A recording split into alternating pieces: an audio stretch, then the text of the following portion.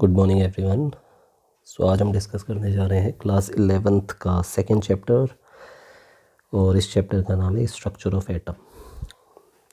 तो इस चैप्टर में कुछ टॉपिक हम डिस्कस कर चुके हैं और आज हम डिस्कस करने जा रहे हैं बोर मॉडल के बारे में। ठीक है, सो बोर मॉडल आज हम स्टार्ट करेंगे।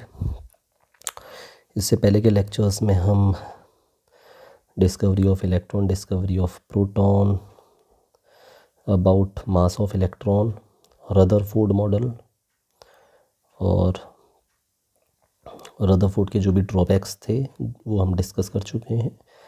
तो आज हम डिस्कस करने जा रहे हैं about Bohr model. So Bohr model है क्या? तो आफ्टर रदरफोर्ड मॉडल हमारे पास एक मॉडल आया जिसे हम बोर मॉडल कहते हैं। तो बोर मॉडल जो था वो दो एक्सपेरिमेंट के बेसिस में दिया गया, मीन से डायरेक्टली नहीं दे दिया ये। ठीक है, इससे पहले क्या हुए, दो एक्सपेरिमेंट हुए और इन एक्सपेरिमेंट में इलेक्ट्रोमैग्नेटिक रेडिएशंस को देखा गया। ठीक है, उसकी प्रॉपर्टीज़ देखी गई। ठीक है, तो ये दो एक्सपेरिमेंट आपके हैं।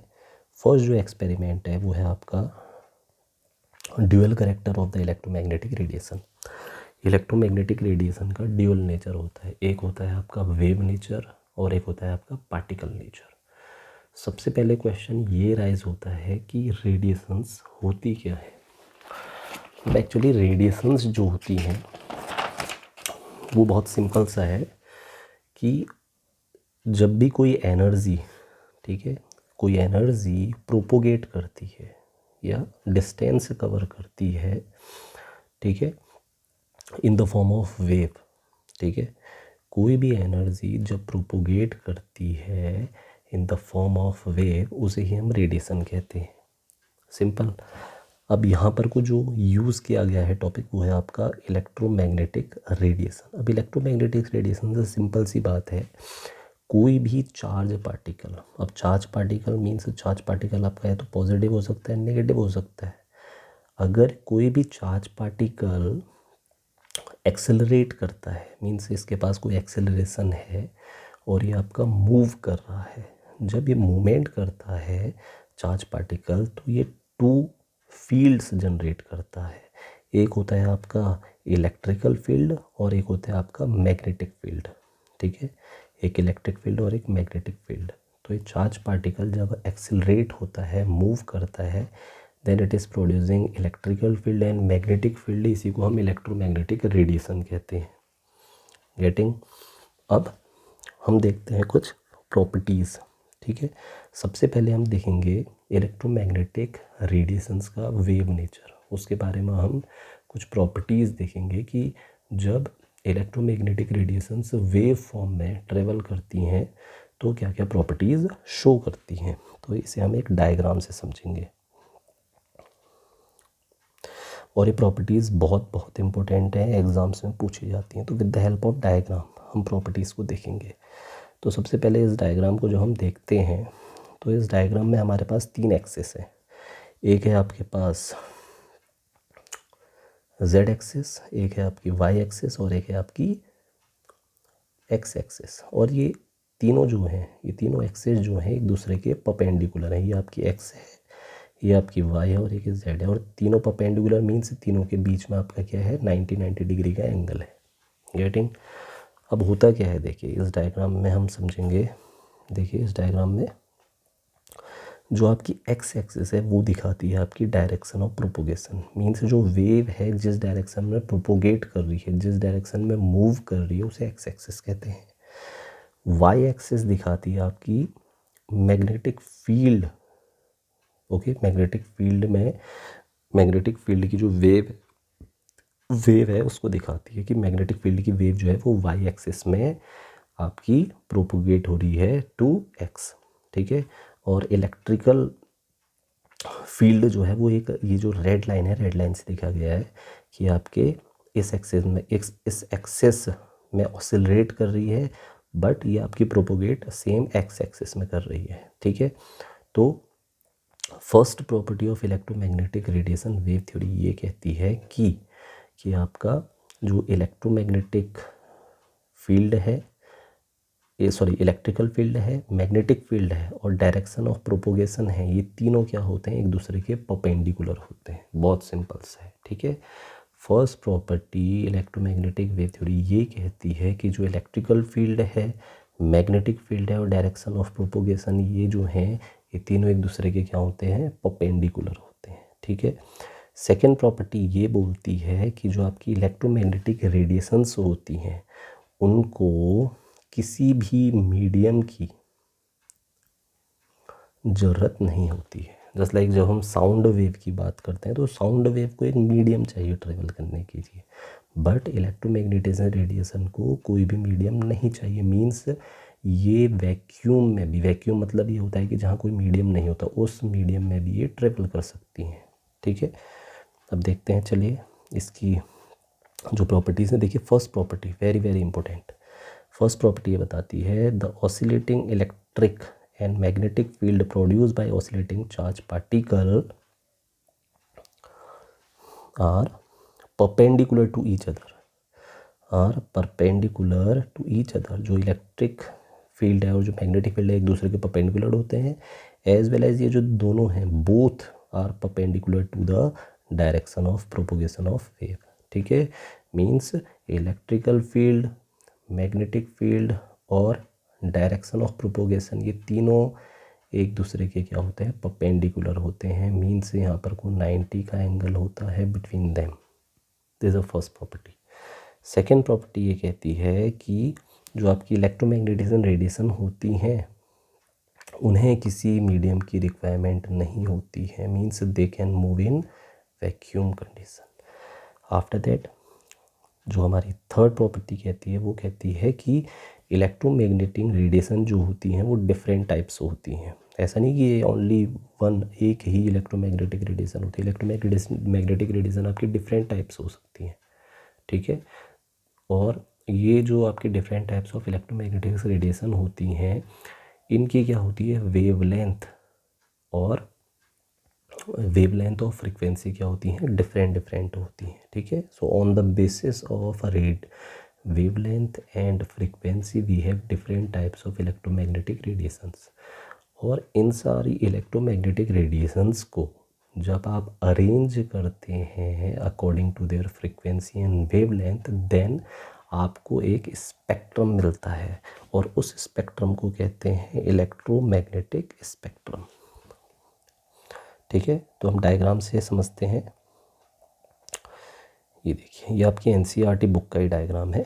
एनसीईआरटी बुक ही है ये, जो बहुत इंपॉर्टेंट है। अगर आप एनसीईआरटी बुक से पढ़ते हैं तो किसी एक्स्ट्रा बुक की आपको ज़रूरत नहीं होती है। देखिए ये जो डायग्राम है, ये डायग्राम दिखाता है आपका इलेक्ट्रोमैग्नेटिक स्पेक्ट्रम। अब इलेक्ट्रोमैग्नेटिक स्पेक्ट्रम में हमारे different types of electromagnetic radiation है, just like gamma rays, X rays, UV rays, infrared rays, microwave rays, FM rays, AM rays, long radio waves, ठीक है। तो ये डिफरेंट टाइप्स ऑफ वेव्स हैं आपके पास और डिफरेंट टाइप्स ऑफ वेव्स आपके, इनकी जो वेवलेंथ है और जो फ्रीक्वेंसी वो डिफरेंट है। जब आप इस स्पेक्ट्रम में लेफ़्ट टू राइट जाते हैं तो आपका जो वेवलेंथ है, वेवलेंथ को इस सिंबल से शो करते हैं जिसे कहते हैं आपका लैम्डा। ये जो वेवलेंथ होती है जब हम लेफ़्ट टू राइट स्पेक्ट्रम में जाते हैं तो ये इंक्रीज़ होती है। मींस इस डायग्राम से हम समझ सकते हैं कि लॉन्ग रेडियो वेव्स जो हैं इनकी वेवलेंथ सबसे ज़्यादा होती है और सबसे कम होती है गामा रेज की। और जब हम इस स्पेक्ट्रम में राइट टू लेफ़्ट जाते हैं तो राइट टू लेफ़्ट जब जाते हैं तो फ्रीक्वेंसी जो होती है वो आपकी बढ़ती है। तो गामा रेस की फ्रीक्वेंसी सबसे ज़्यादा होती है और इसकी वेवलेंथ सबसे कम होती है, ठीक है।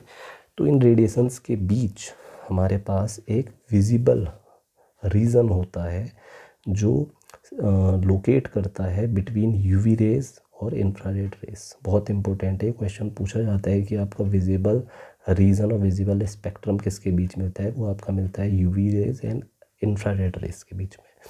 तो इनके बीच में एक रीजन होता है जिसे हम कहते हैं विजिबल रीजन और विजिबल स्पेक्ट्रम।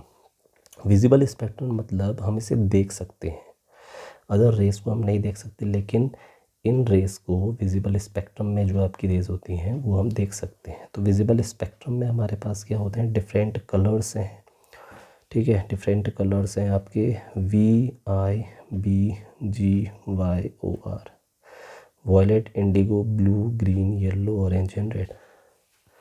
तो जब हम वॉयलेट से रेड की ओर जाते हैं तो हमारी वेवलेंथ बढ़ती है, और जब हम रेड से वॉयलेट की ओर जाते हैं तब हमारी फ्रीक्वेंसी बढ़ती है।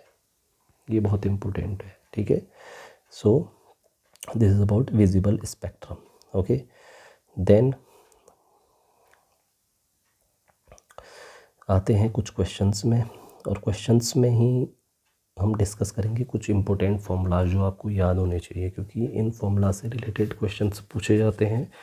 और आपके एग्ज़ाम्स में, जो आपके होम एग्ज़ाम होते हैं, उसमें ये आपके NCERT सॉल्व क्वेश्चंस बहुत ज़्यादा पूछे जाते हैं। तो फर्स्ट क्वेश्चन हम देखते हैं। फर्स्ट क्वेश्चन कहता है the Vividh Bharati station of all India radio daily broadcast. तो इसका कोई रोल नहीं है इस क्वेश्चन में, ठीक है। ऑन अ फ्रीक्वेंसी, यहाँ से स्टार्ट होता है। देखिए फ्रीक्वेंसी गिवन है जो है आपकी 1368 किलो हर्ट्ज़।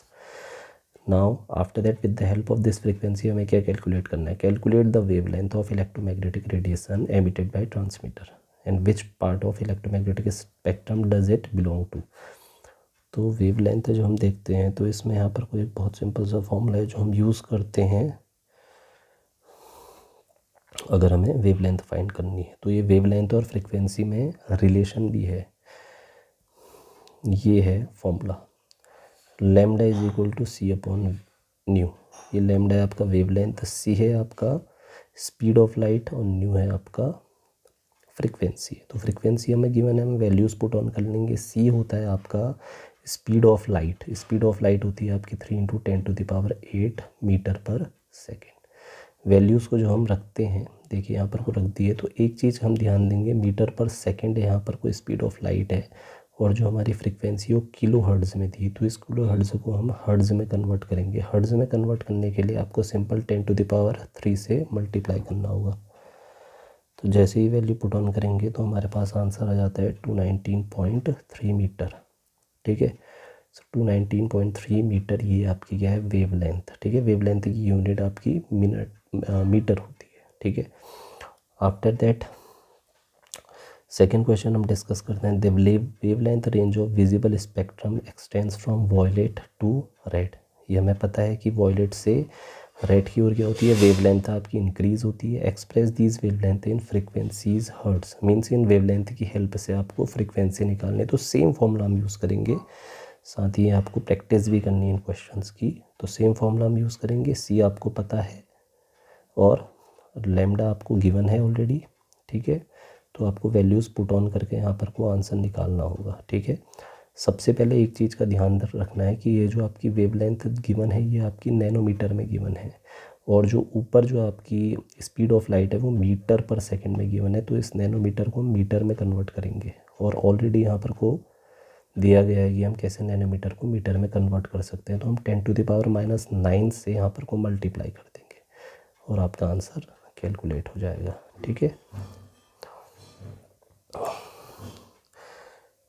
तो बहुत इम्पोर्टेंट टॉपिक जो हमने डिस्कस करा, इस वीडियो को हम आगे बढ़ाएंगे, ठीक है। इसके जो आगे टॉपिक्स हैं, आगे जो क्वेश्चंस हैं, वो नेक्स्ट वीडियो में डिस्कस करेंगे।